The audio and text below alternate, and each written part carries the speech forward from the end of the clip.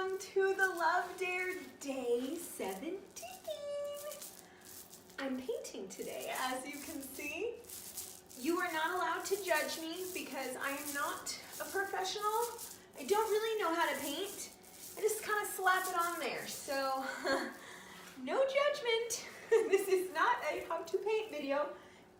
It is not either a how to get paint in your hair video.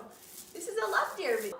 My name is Lawrence, for those of you who are new, and here at the Crunchy Catholics, we like to cultivate the pure and the true. So if that's something you want to do, go ahead and hit subscribe and join our crew. So, we're trekking through 40 days of marriage challenges. Today is day, what? 17. Today is day 17, and here we are. Today's Love Dare is love is intimate. And I'm not talking about intimate in that way, although that is important. We'll get there.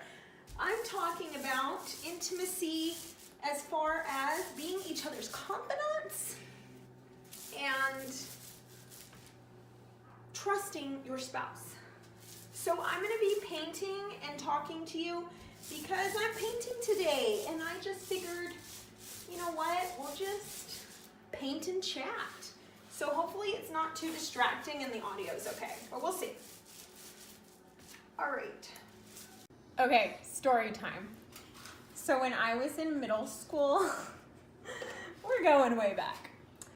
I had this little friend, we'll call her Susie.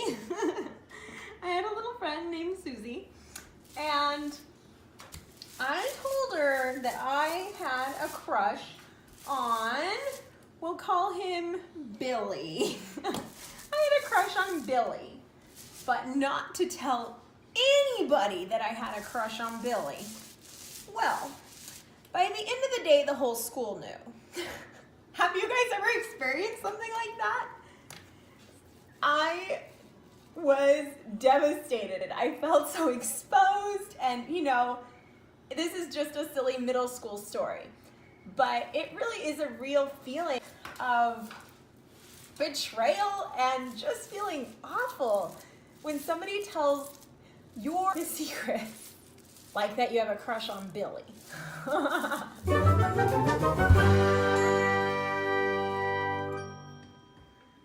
much greater then when you spill one of your spouse's secrets?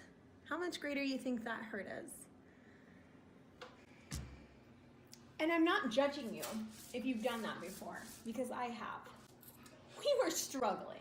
We were definitely one of those couples where the first year was really, really hard. And I would just about tell anybody who was willing to listen how hard we were struggling, and I would share details of those struggles. And what I found out is that my husband was not really open with me. He clammed up, he didn't talk to me. But is it any wonder I was being like Susie and telling everybody his deepest, darkest secrets that I was finding out as a new wife? So I totally agree with the author of today's Love Dare about being our spouse's confidant, someone they can trust.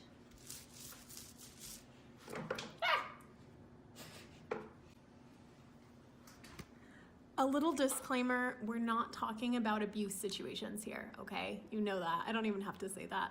If there's abuse situations going on and you need help, get help, of course. I'm talking about the ordinary hard stuff.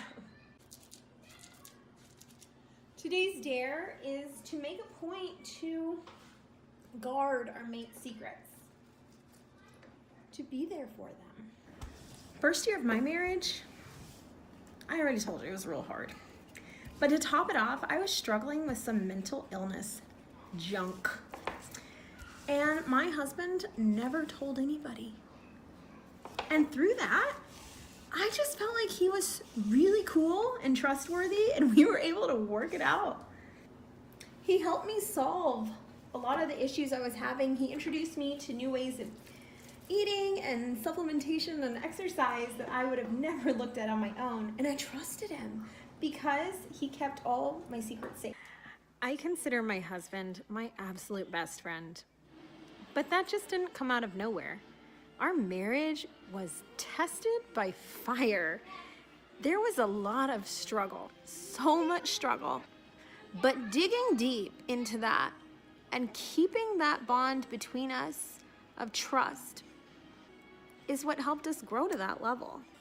We're not perfect. We're not there yet, so to speak, but I definitely see the value in having an intimate bond with your spouse. So this is something I can speak to. Because then you can solve life's problems together, and that's really cool. How about in your relationship? Have you found that keeping your mate's secrets has made your bond closer? Let me know in the comments below. Maybe we can get a conversation going. One final thing as we're getting some fresh air, I wanted to share a comment left by Catholic Working Mom on one of my previous videos. She said, "Every day we are granted multiple opportunities to choose grace with our husbands. When I mess up and let my insecurity ruin a moment, the enemy would love to keep me feeling bad about myself and replaying it over and over. But let's not. Even if it takes our husbands some time to get over our earlier behavior, they too have to work on areas so when they fall back into something, we can be understanding and forgiving too. Don't beat yourself up. I know I always want to, but then I remember that I don't want to make the enemy smile. So I dust my spirit off and stand up like a soldier and a daughter of Christ."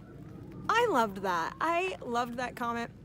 And I just wanted to highlight it for you because if you're going through this love dare with me and you're feeling like, yeah, I'm not doing so great, don't beat yourself up. Dust your spirit off, stand up like a soldier and daughter of Christ. She also goes on to talk about her husband's idea of sharing a day with a saint. So picking a saint to have a day with, like Saint Therese of Lisieux could be a saint to help you with humility or whatever. She talks about that too. So Catholic Working Mom, I believe she has a YouTube channel that you can go check out. So go check her out. I just wanted to highlight that. And yeah, click like, click subscribe. You want to catch up on the love dares? Go for that. And we'd love to see you tomorrow. Bye. I can't believe this pink ceiling is still pink. The ceiling has been pink for decades. The ceiling's been pink for a decade and a half.